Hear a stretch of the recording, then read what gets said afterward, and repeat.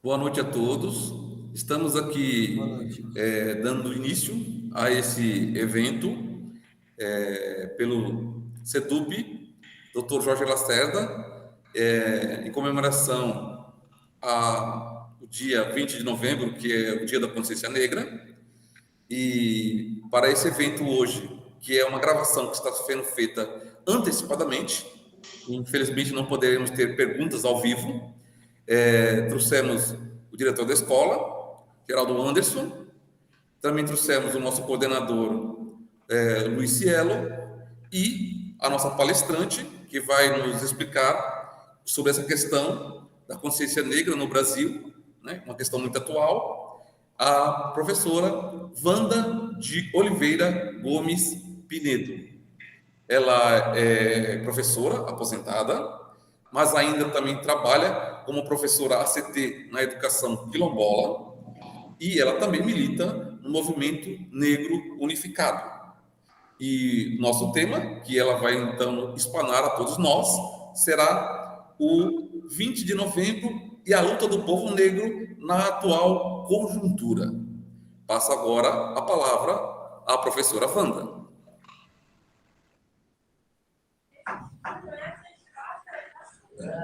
Olá, minha saudação a todos e todas.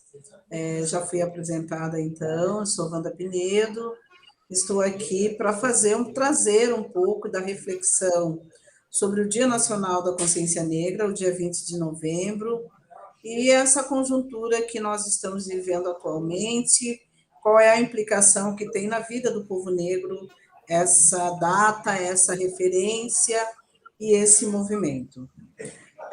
Inicialmente, cabe dizer também que o 20 de novembro é uma data que foi construída na luta dos movimentos negros, né, que é o 20 de novembro, e essa data ela se torna uma data nacional e política e de referência para ser uma data de contraposição ao 13 de maio.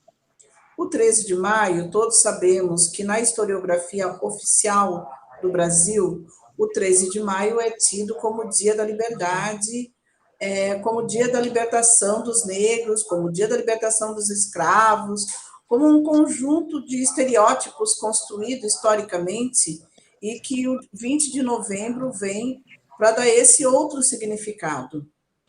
Por que a data do 20 de novembro ela se torna uma data importante? Primeiro, porque o 13 de maio não libertou ninguém, né? O 13 de maio, bem sabemos, no processo histórico, que ele só foi o aprofundamento de tratados econômicos do Brasil, né, com a Inglaterra, né, com os restantes de países da Europa, para finalizar o modelo escravista e estabelecer um novo modelo de produção no Brasil. E por que essa data se tornou uma data de pouca importância para o povo negro? Porque ninguém consegue ser livre sem terra, sem espaço, sem família, sem moradia, sem trabalho, sem dignidade, sem um conjunto de situação que a população negra ficou naquele período de 1888. Então, embora ele seja uma data que, referenciada na historiografia oficial como o marco para nós passa a ser o 20 de novembro. Por que o 20 de novembro é um marco para a negritude no Brasil e nas Américas? Porque o 20 de novembro é uma data em que foi desmontado um dos maiores quilombos da América do Sul, tá? Que foi o Quilombo de Palmares. O Quilombo de Palmares viveu por quase 100 anos. Ele tinha em torno uma população de uma cidade maior que Paulo Lopes. Uma cidade, o Quilombo de Palmares conseguiu aglutinar em torno mais de 10 mil pessoas. Portanto, era um povoado já, como dizia naquele período. E o Quilombo do Palmares tinha um ideário de construção e de desenvolvimento com base nas práticas de origem africana, com base no desenvolvimento, na forma de produção, de produtividade, de acolhimento, de respeito, com base nas vivências da africanidade. É assim que se construíram muitos dos quilombos no Brasil, e o quilombo de Palmares não foi diferente. E esse quilombo, que passa a ter um conjunto muito grande de população negra, mas não apenas a população negra, ele acolhe também indígenas, ele acolhe brancos que eram combatidos naquela época que eram combatidos, que viviam sem dignidade no período imperial. Eles também vão encontrar no quilombo, nos quilombos do Brasil inteiro, a forma de acolhimento, a forma de terem um pouco mais de dignidade, de produzirem e de fazerem a sua própria condição de dignidade. É nos quilombos que o povo negro começa a reconstruir a sua dignidade, a produzir para si próprio, a plantar e a vender, porque o quilombo mantinha as cidades do entorno do povoado de Palmares, que depois se torna a cidade de Alagoas, o estado de Alagoas, né? Era ainda parte de Pernambuco, e depois se torna o estado de Alagoas, a região de Palmares. E o quilombo provinha e fazia trocas e vendas de produtos para todos os povoados da redondeza. Então, o quilombo não só provinha a dignidade do povo que morava no quilombo, mas ele também provinha de produtos de artesanato, de tantas outras questões para os povoados. O que isso ocasionou? Por que isso causou tanta ira ao governo imperial? Porque era um modelo de vivência democrática e com respeito à pluralidade, vivendo num período em que o governo era um período de governo imperial. Então, era uma afronta, os quilombos sempre foram tidos como uma afronta ao poder local. Sempre foram tidos como aqueles que querem se sobrepor ao governo que está. E, na verdade, não era. Na verdade, era a busca de uma construção, de uma sociedade onde se pudesse viver com dignidade. Era isso que os quilombos buscavam. Afinal de contas, o povo negro não pediu para ser trazido de África para o Brasil. Nós não pedimos para sermos sequestrados do continente africano para o Brasil. E aqui serem usadas nossas tecnologias, os nossos conhecimentos, a nossa cultura, as nossas sementes, a nossa força de trabalho que foi usada aqui. Então, era digno que esse povo não quisesse viver eternamente sobre a égide de uma escravidão perversa, que só pensava, que só tinha um objetivo próprio de crescimento, de enriquecimento individual do período do Império. Então, é esse movimento de dignidade, de produção, de respeito à diversidade e à pluralidade, que faz com que os quilombos seja a marca da busca de dignidade e de liberdade do povo negro. É no modelo de quilombo, de vivência quilombola, que a gente se espelha para ter dignidade, porque é esse modelo que respeita a diversidade, a pluralidade, a força de trabalho diversa, né? É esse modelo que vai fortalecer. E esse modelo foi o modelo combatido. Então, por isso, o quilombo de Palmares foi um quilombo que foi atacado várias vezes, tiveram várias investidas dos exércitos português e holandês para atacar a região norte de Pernambuco, hoje Alagoas, mas para atacar e destruir o quilombo do Palmares, como foram atacados tantos outros quilombos do Brasil afora, que nós tivemos quilombos no Brasil afora. Então, era impossível que uma nação, no período imperial, que tinha mais população negra do que mesmo a população branca, era impossível que não tivessem revoltas, que não tivessem rebeliões, que não tivessem resistências negra e resistência indígena. Então, a marca do Quilombo é essa marca da resistência. A marca da resistência, mas com um propósito, com um modelo de sociedade instituído para ser seguido, para ser almejado como a verdadeira democracia. E no 20 de novembro de 1695, o Quilombo é atacado por exércitos, por vários exércitos espanhóis, holandeses, portugueses, e é destruído, e o seu líder maior, que é Zumbi dos Palmares, foi capturado e assassinado, né? Como um exemplo que não deveria ser seguido. Por isso o Quilombo tem essa referência, porque se é um exemplo que não deveria ser seguido, que dava dignidade, que tinha produtividade, que tinha dignidade, é esse exemplo que nós queremos seguir. E não o exemplo do 13 de maio, onde chegou um processo por conta de tratados da cúpula do Império e da coroa portuguesa naquele período. Então, a data do 20 de novembro passa a ser essa data de referência. Ela não passa a ser essa data de referência naquele momento.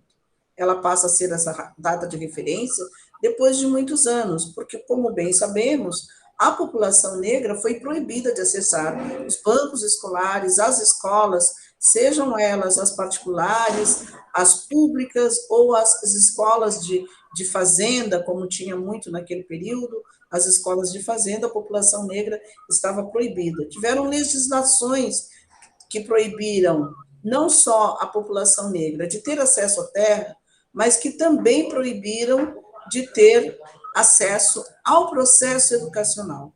Então, por certo, nós levamos muito tempo para reencontrar os resgates históricos de uma história que ficou para muito tempo atrás. Né? Os registros, e aí vem os registros das igrejas, os registros que estão lavrados, o que fica de registro, para resgatar essas histórias através dos estudos antropológicos.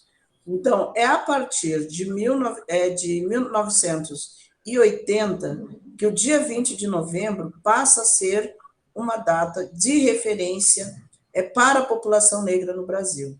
É resgatado o processo histórico de resistência do povo negro no Brasil, onde vem a data do 20 de novembro e do assassinato de Zumbi dos Palmares, e essa data, então, ela passa a ser, por luta do movimento negro, na verdade, foi o poeta Oliveira da Silveira, gaúcho, né, Oliveira da Silveira, do Rio Grande do Sul, da região de Porto Alegre, que traz a data do 20 de novembro para o movimento negro unificado, para que ela fosse uma data a ser saudada, a ser referenciada e a ser trabalhada.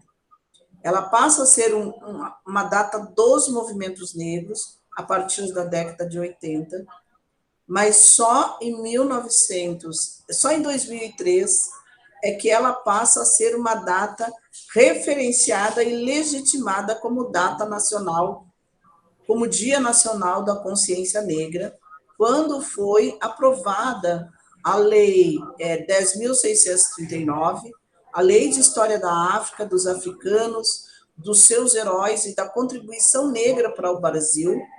É nesse período que o Dia Nacional da Consciência Negra passa a ser uma data nacional legitimada oficialmente, né, com a Lei 10.639, que trouxe aí, que todos nós sabemos, é uma lei que institui a história da África em todos os espaços educacionais, e quando a gente diz institui a história da África, dos africanos e da contribuição negra no Brasil, a gente não está dizendo que essa data é uma data para ser trabalhada e referenciada apenas no 20 de novembro. A gente está dizendo que essa data precisa ser trabalhada e estudada durante o período inteiro, durante toda a referência. Por quê?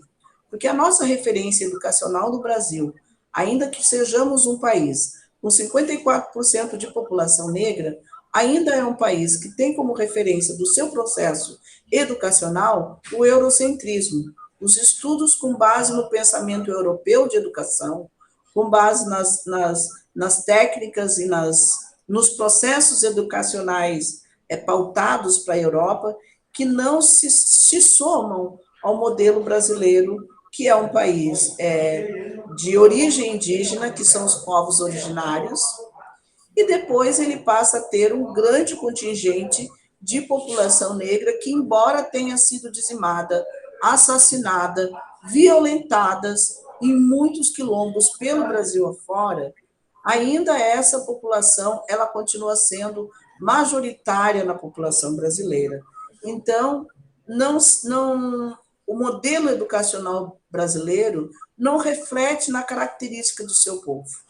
Então, não é mais possível. E, lamentavelmente, se tem que ter uma legislação para dizer a um país que ele precisa respeitar o seu povo, e parte do seu povo é da população negra, e que ele precisa trabalhar também com o seu processo histórico, o seu processo de contribuição, seus países de origem, quais são as suas contribuições que têm dado para a formação brasileira, tanto quanto outras contribuições do marco eurocêntrico e de outras origens que nós temos no nosso processo educacional. Então, por isso, o 20 de novembro passa, em 2003, a ser uma data a ser referenciada como a data máxima de luta, de resistência do povo negro, porque é nela que nós nos espelhamos como elemento fundamental de resistência, de projeto de resistência, que precisam ser trabalhados e que precisam ser referenciados. Não é mais possível nós vermos na historiografia oficial que os negros são descendentes de escravos. A população negra não descende de escravo, porque escravo não é uma condição de vida. Escravidão é um processo de dominação. E ninguém pode ser descendente de um processo de dominação.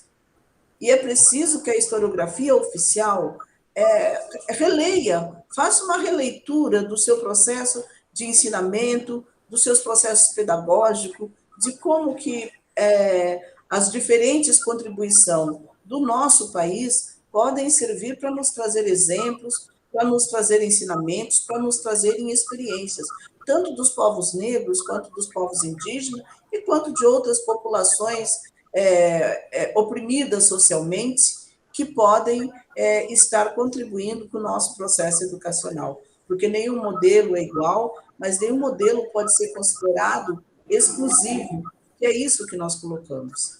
Então, falar do 20 de novembro como uma data de referência é para ressaltar. Às vezes as pessoas dizem, mas quilombo não existe. Enganam-se. Existem ainda cerca de mais de 2.000 quilombos no Brasil.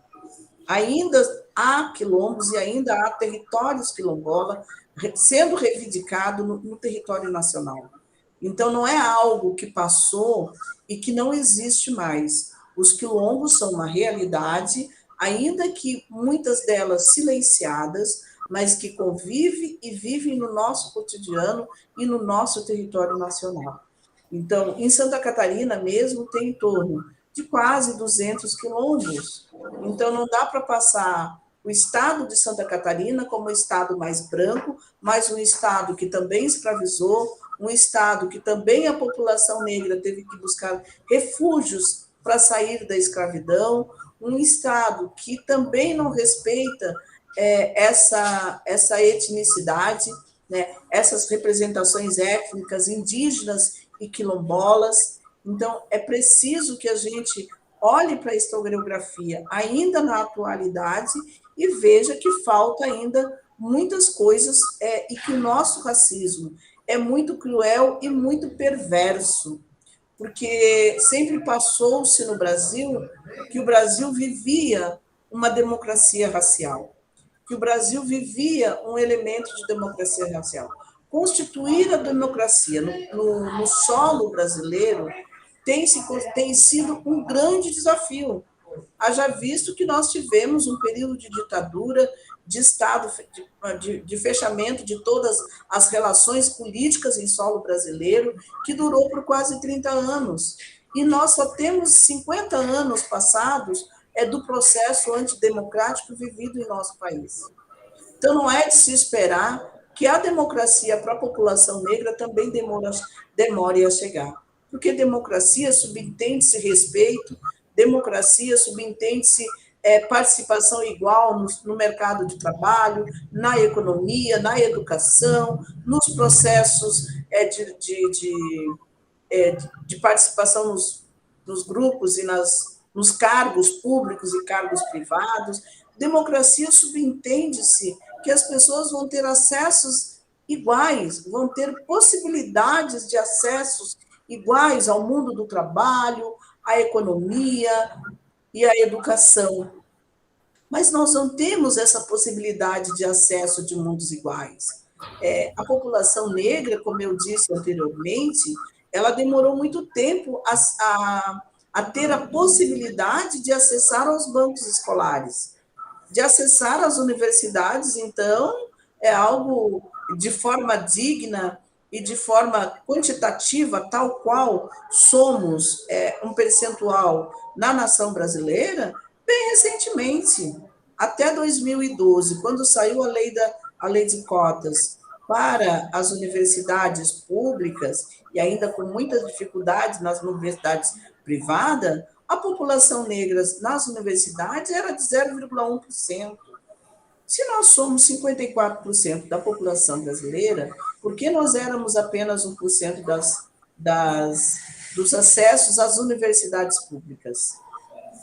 Isso há que se perguntar. Então, isso é, de fato, um processo democrático? Não, bastante difícil de entender isso como processo democrático quando uma parcela da população fica acéfala e distanciada e até mesmo proibida de acessar postos que a maioria da população tinha direito de acesso. Então, quando a gente costuma falar de políticas de ações afirmativas como uma condição de equiparação daquilo que a população não foi beneficiada, muitos entendem como um processo de exclusividade, que não é tão assim, que não precisamos de nada disso, porque a gente precisa. Então, por que depois das ações afirmativas, o número de estudantes negros nas universidades aumentaram? Porque houveram outros critérios de possibilidades. Nós não podemos tratar como igual num critério de desigualdades. A população negra e indígena vive um critério de desigualdade.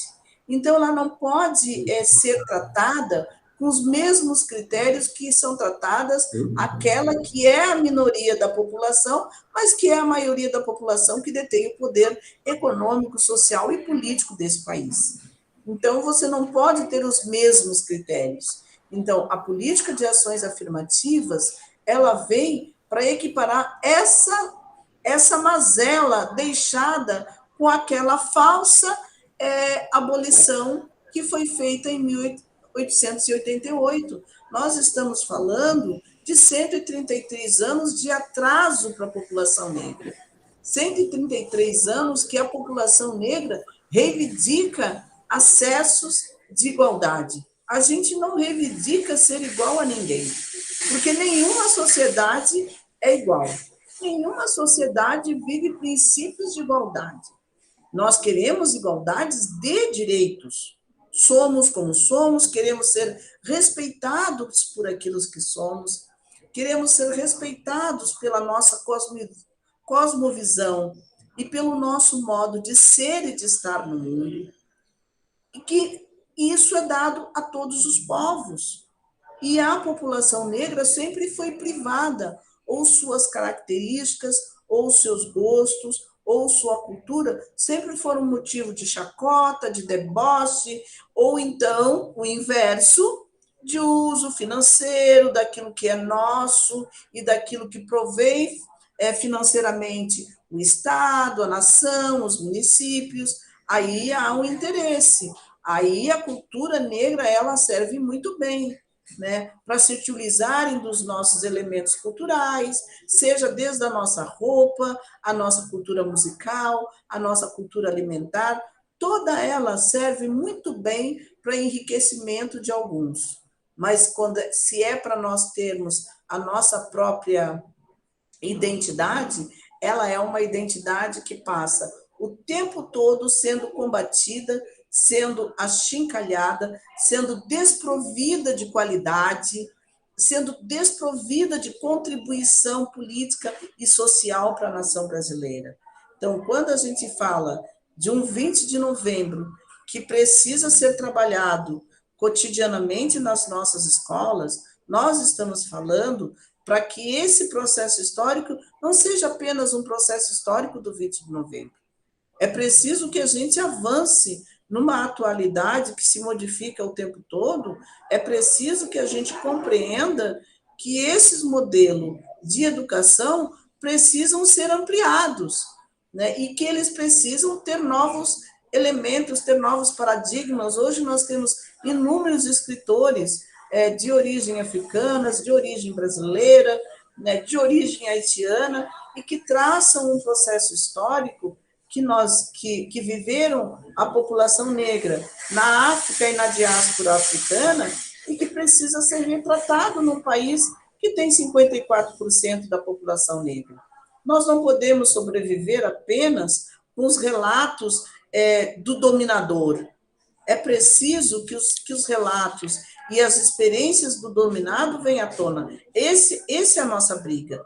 Essa é a nossa disputa de uma sociedade que se quer hegemônica. Nós não temos uma sociedade brasileira hegemônica, nem do ponto de vista cultural, nem do ponto de vista religioso, nem do ponto de vista política. Nós não temos uma sociedade hegemônica, ela não vai ser uma sociedade hegemônica. As pessoas precisam aprender a respeitar e que o 20 de novembro sirva para ser essa data de respeito às diversidades. Nós vivemos numa sociedade que é plural. Nós vivemos numa pluralidade de ideias, de representações culturais, de representações políticas, de opções religiosas diversas.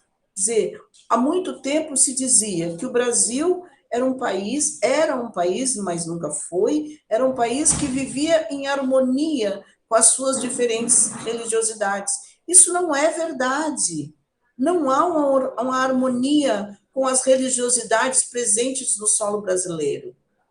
Há ataque sistemático aos povos de matriz africana, do qual eu também faço parte. Há um ataque sistemático às pessoas, às casas, à forma de culturalidade. Então, isso não é viver em harmonia. Em harmonia é você respeitar. Em harmonia é você permitir que o outro seja o que ele é. Não me diz respeito à opção religiosa, de gênero, de outras pessoas, diz respeito à minha. Então, é isso que a educação precisa trabalhar. A pluralidade de ideias, ela se faz presente. Ela se faz presente o tempo todo, na escola, não é só no parlamento. Não é só o parlamento que trabalha com pluralidade de ideias. A escola trabalha com pluralidade de ideias. As nossas comunidades são diversas. As nossas comunidades, os nossos estudantes, eles têm origens diversas. E a escola precisa saber lidar, saber aglutinar e saber sobreviver e aprender com essa diversidade. Aprender com a diversidade que está presente no espaço educacional. Esse ainda é um grande desafio. O aprendizado que cada cultura possa prover os nossos espaços. Eu costumo dizer que uma das religiões mais atacadas no Brasil é as religiões, os cultos indígenas e os cultos de matriz africana. Você não vê ninguém de cultos indígenas ou de matriz africana falando de quem quer que seja na televisão, na rua, em qualquer lugar. Você não vai ver, porque esse não é um modelo pautado que nós nos pautamos para agradar, para abençoar e para agradar os nossos orixás e os nossos ancestrais. O nosso modelo é o modelo do amor, não é o modelo do ódio. É o modelo do acolhimento, não é o modelo do escorraçamento. Então, esses aprendizados precisam se fazer presente, porque não há uma unicidade de pensamento religioso. E como não há uma unicidade de pensamento político. Então, é preciso que a escola consiga fazer esse diálogo trazendo como elemento pedagógico, não como elemento de disputa, como querem colocar que a escola está fazendo. A escola nunca fez isso, na verdade. Eu fui educadora por 35 anos. Eu me aposentei tem só 2 anos. Eu fui educadora por 35 anos. A escola nunca fez um processo de doutrinação, muito antes, pelo contrário. As outras é que faziam um processo de doutrinação. Por que pode ler Bíblia dentro da escola? Porque isso é doutrinação. Por que a escola pode ter um crucifixo? Isso é doutrinação. Por que as câmeras têm um crucifixo atrás da mesa do presidente? Isso é doutrinação de uma vertente religiosa. Ou a gente não quer enxergar, ou a gente quer emburrecer. E eu entendo que a gente não pode emburrecer. Eu entendo que o processo educacional é para fazer com que as pessoas avancem, para fazer com que as pessoas façam reflexões do mundo que as rodeia. É para fazer com que as pessoas observam a culturalidade que está ao seu entorno, ao seu redor. Cultura, não há uma cultura melhor ou uma cultura pior. Existem culturas diferentes, como existem juventudes, como existem mulheres. Existem culturas diferentes e que cada uma tem a partir da sua vertente histórica. Ou então as pessoas estão se esquecendo de entender que o mundo é composto de vários continentes e que esses vários continentes têm as suas históricas e as suas origens culturais. Ou a gente está negando as origens culturais de cada continente. Isso não é possível. A escola tem um papel fundamental de trazer à tona. Por isso a gente defende. Não dá só para estudar a Europa. Não dá para estudar Egito como se Egito não fosse parte, não fosse do continente africano. Não dá só para eu ler e estudar as revoluções da Alemanha, da Grécia e da Grécia Antiga, de elementos da culturalidade branca. É preciso que a gente entenda as contribuições dos povos indígenas no mundo inteiro. E no Brasil também. É preciso que a gente estude o continente africano como o continente, como a pátria-mãe do mundo. Bom, não quer estudar como a pátria-mãe? Não precisa. O processo histórico vai dizer isso, mas é preciso resgatar o processo histórico que está lá. É preciso resgatar o roubo que foi feito no continente africano de sabedorias, de legados, de matemáticas, de físicas, que foram roubados do continente africano e levados para o resto do mundo e traduzidos como cultura própria dos países europeus. Então, traduzir na escola o conhecimento é para que você possa levar e para que você possa trabalhar com a diversidade que está colocada no mundo. O mundo, ele é plural e ele tem uma quantidade enorme de contribuições que nós podemos utilizar. E o papel da escola é fazer com que essas contribuições cheguem na visão dos nossos alunos. Cercear essas contribuições é fortalecer uma ideia de hegemonia que não existe numa sociedade. E aí as pessoas saem pensando que existe um único pensamento, existe uma única religiosidade, e lá fora reproduzem isso. Quando as pessoas, e aqui até vi uma pergunta, quando se fala de o que reproduz o racismo é a falta de conhecimento. O que reproduz a repressão e a violência racial, porque nós vivemos numa sociedade em que nós não temos preconceito. Preconceito é uma ideia pré-concebida de alguém, de algo, de alguma coisa. Mas o que a sociedade brasileira faz com a população negra e com a população negra não é preconceito. Porque o preconceito não te impede, o preconceito não te aponta o dedo, nem te joga pedrada. Porque é uma ideia pré-concebida de algo. Isso é o preconceito. Racismo é algo muito mais forte. É algo que impede as pessoas de chegar a algum lugar pela sua condição racial. É algo que te diminui pelas suas características históricas e cultural. Isso não é preconceito, isso é violência racial. É isso que nós sofremos, a população negra e indígena desse país. E a escola tem papel em trazer essas contribuições para desfazer essas ideias de de pensamento menor, de que a população negra ela é menor, ela tem um pensamento, ela não é tão inteligente quanto, ela não tem tanta sabedoria quanto, sabe? A escola tem esse papel de trazer as informações dos diferentes povos que constituem o mundo. Esse é o papel da escola, esse é o papel da academia. Por quê? Porque lá na academia ainda é mais grave. Porque a academia, você está se formando um profissional para atuar em diversas áreas. E se você não tiver conhecimento da pluralidade, por exemplo, o médico, como é que o médico vai me atender quando eu chegar para ele, um psicólogo, e dizer para ele que o meu problema que eu estou sofrendo é fruto das violências raciais que eu tenho vivido? O médico vai olhar para mim e vai dizer que eu estou inventando algo? Ele está na minha pele? Ele viveu o que eu vivi? Não, ele não viveu o que eu vivi. Mas ele precisa estar preparado para me atender diante daquilo que eu tenho. Como é que o médico vai identificar que eu tenho anemia falciforme, que é uma característica da população negra? Ele precisa estar preparado para me atender. Como ele precisa estar preparado para atender os indígenas, os haitianos, e tantas outras, os palestinos, e tantas outras descendências que o nosso país acolhe. Mas não pode acolher territorialmente apenas, ele precisa acolher estruturalmente, na estrutura brasileira, de acolhimento, de atendimento, para que, de fato, a gente consiga entender a pluralidade em que vivemos. Porque viver em democracia é isso, é você ter atendimento quanto outros têm. É preciso que eu chegue no posto de saúde e não fique lá sentada esperando até que alguém se dê conta que eu estou lá.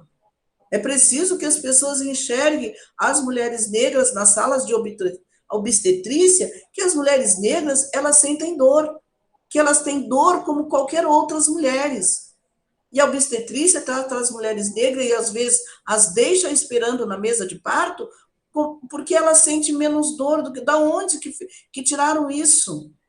E isso está nas pesquisas, não sou eu, Wanda, professora de educação física durante 35 anos, que estou dizendo. Isso está nos bancos, nos projetos de pesquisa das universidades, que o número de mulheres negras que sofrem violência racial nas salas de obstetrícia é enorme.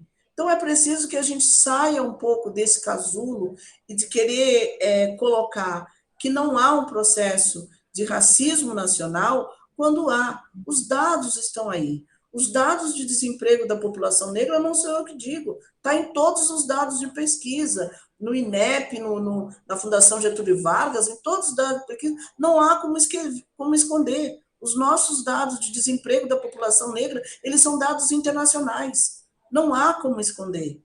Que a população negra tem menos condições de acessar ao emprego. Quando acessa, ela acessa com um salário menor do que a população branca. Isso está nos dados. Busquem na internet, busquem os dados lá do desemprego da população negra e do atendimento, das mortes por Covid, da falta de atendimento nos postos médicos, da esterilização de mulheres negras como uma forma de gerar menos crianças pretas. Tudo isso estão nos dados, hoje não tem mais como esconder. Hoje a gente não precisa inventar dado, nós nem precisamos nos basear por dados, porque nós sabemos que nós somos a parte majoritária dos dados que estão nos presídios, dos péssimos atendimentos na saúde, da falta de escolaridade, do analfabetismo. Nós sabemos que nós estamos nesse dado. E é preciso que a sociedade se modifique para que esses dados não continuem sendo dados alarmantes como estão aí colocados. Não basta só a gente olhar para os dados e dizer o quão grave que ele é. Basta a gente olhar para os dados e dizer, é preciso a gente mudar essa realidade. E mudar a realidade significa mudar as posturas. E eu sei que nós, educadores, podemos mudar as posturas. Há uma resistência muito grande do novo para os educadores. O novo nos coloca em outras perspectivas. A gente não pode ter sempre medo do novo. O novo, e agora vão ter que estudar 10.639. Nós vamos ter... Você não estuda a história da Palestina que está lá, não sei, você nunca foi na Palestina, você nunca foi na Grécia, e você estuda a história da Grécia e acha que é o boom da história do mundo. E por que você se coloca numa posição, isso é o racismo, numa posição de que você não quer estudar e nem perpassar a história africana no contexto da educação formal. E tem N maneira da gente estudar. A educação aqui do Estado já teve núcleo, já teve biblioteca, já teve material, já teve caderno, já teve material que está até botando material fora, né? Então, já teve caderno que trata da questão da negritude, né? A África está em nós, se não me engano, um conjunto que vinha 5 cadernos. Aí as pessoas ficam sempre dizendo que não tem elementos, que não tem conhecimento. Gente, ser educador é querer trazer a cada dia algo novo para os nossos estudantes. Isso é ser educador. Ser educador não é se acomodar naquilo que eu me formei lá há décadas atrás e achar que aquilo ainda vai servir para eu modificar o pensamento dos meus estudantes em plena era digital, da tecnologia. Eu vou achar que aquilo que eu aprendi lá atrás vai servir? Não. Eu preciso me modificar, eu preciso me atualizar. Eu prefiro ter novas referências de modelo de educação que me permita trabalhar. Então, o 20 de novembro vem com todos esses elementos. Ele vem com esse conjunto de reflexão para que a escola possa desafiar, num ano que ela talvez não saiba, não tinha preparação, ela trabalha em novembro. Mas vamos pensar em começar a trabalhar o 20 de novembro no primeiro planejamento do ano. Como é que a gente vai trabalhar a história brasileira?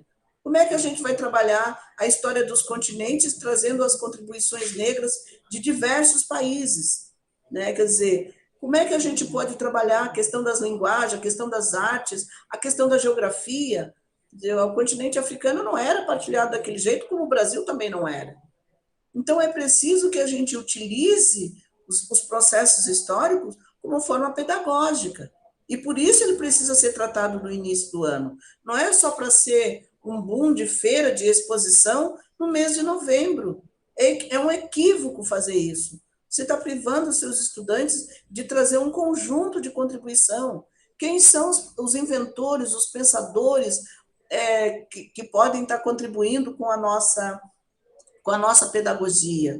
Quem são os nossos filósofos negros que estão dentro das áreas das ciências humanas e pode contribuir com um pensamento da pluralidade, da diversidade? E quem são os físicos, químicos, que tem filmes, tem um conjunto de apanhado que nós devemos tratar e trabalhar o 20, a história negra, a história da negritude, as contribuições dos povos, para além dos povos do eurocentrismo, nós podemos trabalhar desde o contexto do primeiro planejamento, quando a gente inicia o ano. E assim a gente vai estar provendo os nossos estudantes de todos os elementos que se fazem necessário a cada semestre para que eles absorvam esses conhecimentos. Porque quanto mais conhecimento eu passar do ponto de vista da negritude, mais eles vão absorver e menor vai ser as interpretações adversas para fora da escola e para o conjunto da sociedade. Então, com isso, eu deixo aqui o espaço aberto para os questionamentos e para que sirva para estudantes, para professores, né, para a equipe pedagógica, de que a gente precisa avançar, nós somos educadores, para trazer perspectivas, novas perspectivas para os nossos estudantes. Quando eles chegam até nós, eles chegam com sabedoria, eles chegam com alguns conhecimentos que nós precisamos aprimorar e transformar esse conhecimento em conhecimentos que possam verdadeiramente contribuir para uma sociedade mais justa, mais igualitária, que respeite as diversidades e a pluralidade do qual nós vivemos. É isso. Queremos agradecer à professora Wanda pela essa reflexão magnífica que ela nos trouxe. E agora quero passar a palavra ao diretor Geraldo para que ele possa fazer suas considerações. Então, professora Vânia. Desculpa, professora Wanda.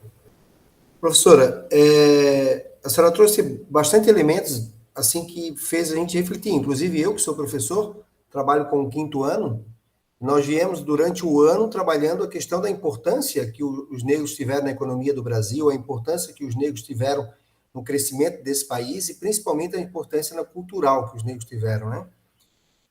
E, em alguns momentos, sai a questão das cotas raciais. Isso é um ponto que traz algumas discordâncias nas ideias, né?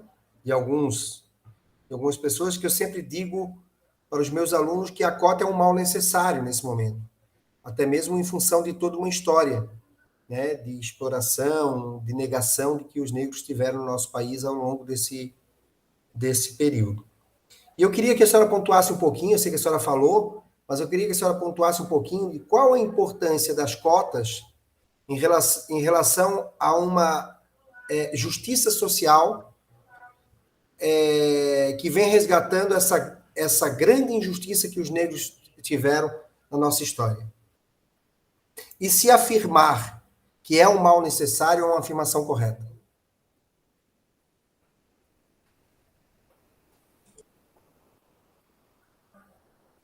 A palavra é sua, professora. Então, nós dizemos que a cota, não que ela seja um mal necessário, que a cota é um processo transitório. Por que a gente trata como processo transitório? Porque nós não entendemos que a política de cotas raciais, que é a possibilidade de maior acesso de jovens, de estudantes negros e negras às universidades. Esse é o que preconiza a política de cotas raciais nas nossas universidades públicas. Por que é feito isso? Como eu disse lá na minha fala anteriormente, antes de 2012, quando foi criada a lei de cotas, antes de 2012, nós tínhamos 0,1% de população negra nas universidades. Por que é que ninguém nunca se incomodou em ser 99% nas universidades? Porque é um privilégio branco que está colocado. Então, enquanto o privilégio branco estava preponderando, não tinha problema que nós sejamos 54%, mas que apenas 0,1% tinha acesso à universidade. E não me venham me dizer que é falta de conhecimento, porque não é.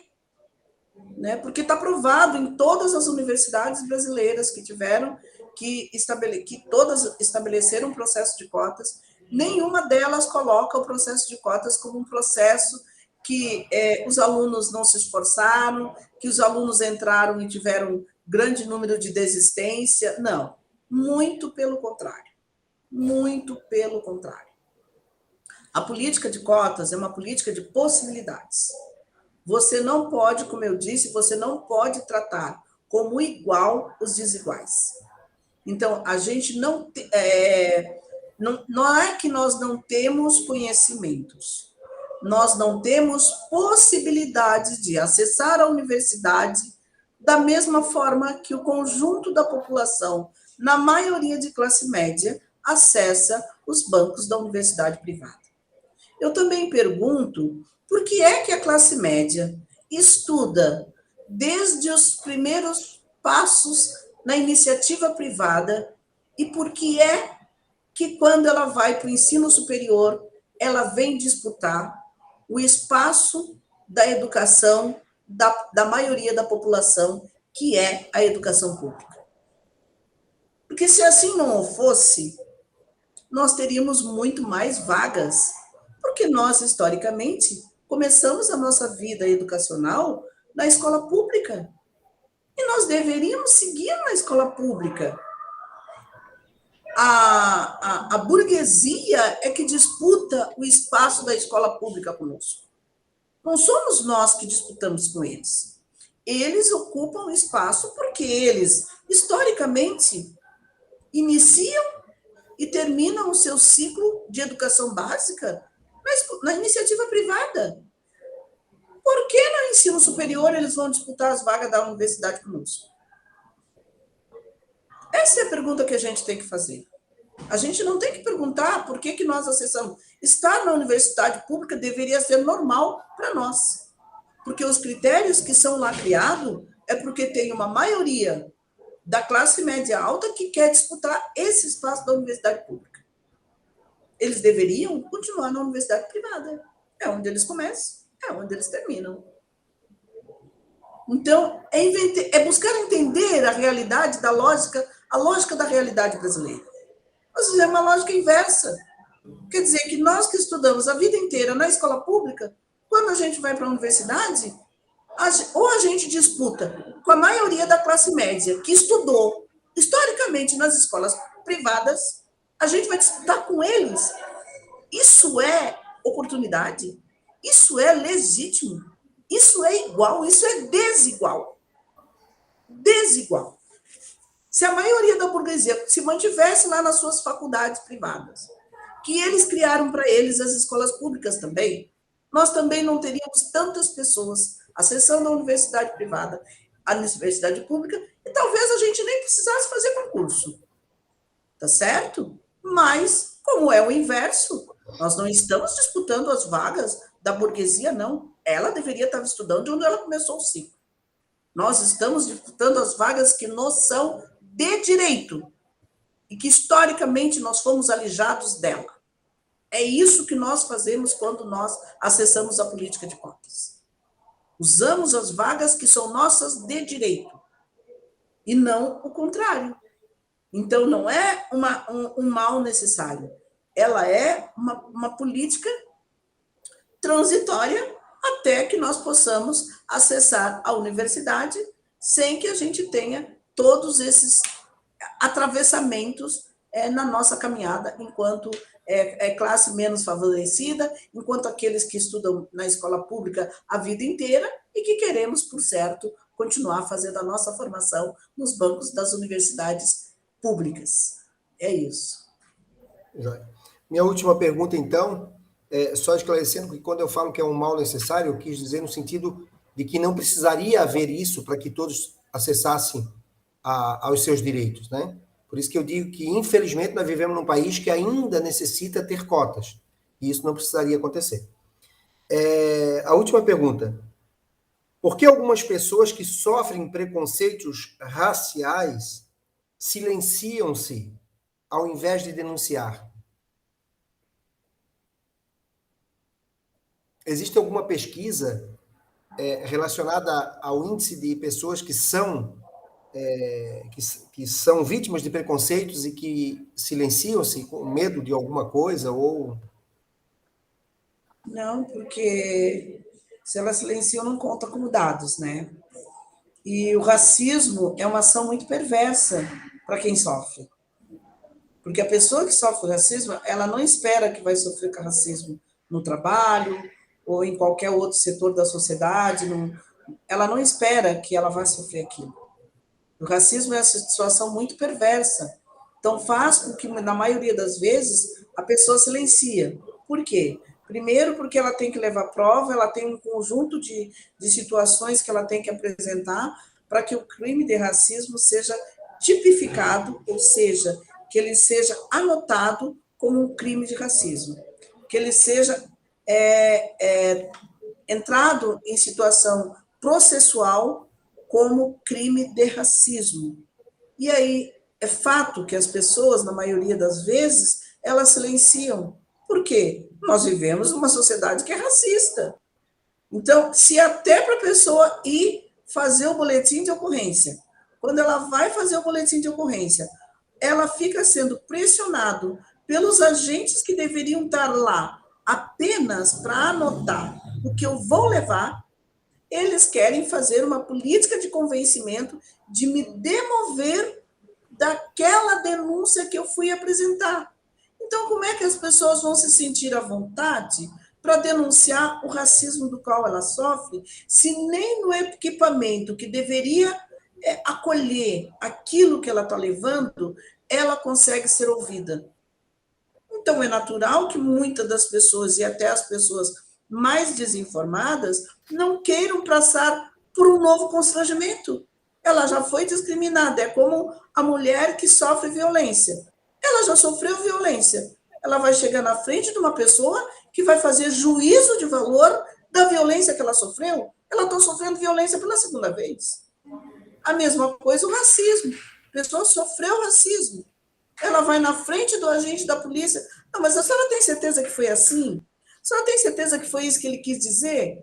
Ela está sofrendo racismo institucional pela segunda vez. Não cabe ao agente policial questionar aquilo que eu estou levando. Porque eu assino ser real aquilo que eu disse. Não é ele que vai fazer juízo de valor da minha denúncia. A minha denúncia compete a mim. A ele compete anotar. Esse é o papel dele. É anotar a minha denúncia e encaminhar. Ele não tem que fazer juízo de valor. Então, o fato de fazer juízo de valor de uma denúncia, seja ela de racismo ou de violência, ela coloca a pessoa sofrendo pela segunda vez. E é isso que faz com que muitas pessoas desistam de denunciar o crime do racismo. E aí, o racista continua impune, continua muito obrigado, praticando o seu racismo contra outras pessoas. Ok. Antes de passar a palavra para o Luiz, eu quero agradecer, né, a senhora, os esclarecimentos, agradecer esse momento que a senhora dedicou aqui à nossa escola, né, o SEDUP, e com certeza isso vai brilhantar o nosso evento do dia 20, né, onde nós vamos ter aí em torno de 120 alunos, mais ou menos, acessados, assistindo essa magnífica palestra e essa troca de ideias esclarecedora. Eu acho que isso que marcou a nossa data de hoje, né? Muitas informações que a senhora traz, nem eu, enquanto educador, tinha essa consciência, né, de alguns elementos que, ao longo do tempo, foram mudando, né, determinados conceitos, foram ressignificando determinados valores, que hoje a gente ainda é preso a conceitos antigos que fazem com que a gente pense de forma ainda, né, de forma ainda muito tradicional. E esse ressignificar dessas suas ideias que foram trazidas faz com que a gente tire novos valores para esses conceitos já formados, né? Na verdade, ele vai desconstruir valores que nós tínhamos formado, construir novos valores atualizados. O Luiz está com a palavra. Acho que tem mais algumas perguntas, né, Luiz, para nós encerrarmos o nosso evento. Professora, muito obrigado também. Eu tinha muitas perguntas, mas no decorrer dessa conversa foram sendo esclarecidas uma a uma. Só me resta uma questão final, se a professora poderia citar alguma experiência que tenha contribuído para diminuir essa questão de preconceito racial, de racismo, que tenha contribuído para melhorar as relações étnico-raciais aqui na Grande Florianópolis.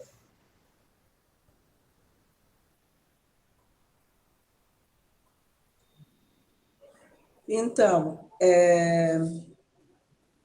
eu também quero dizer que agradeço a possibilidade de estar aqui, né, enquanto uma professora que trabalhei por 35 anos na educação pública, né, eu sou oriunda de trabalhadora, de estudante na educação pública, então muito me orgulho aqui, eu finalmente encerrei a minha carreira no José Matias Zimmermann, ali em São José, no setor do Maruí, a escola qual eu fui muito bem recebida, trabalhei quase 7 anos, mais de 7 anos naquela escola, mas eu me efetivei no Frederico Santos, em Paulo Lopes.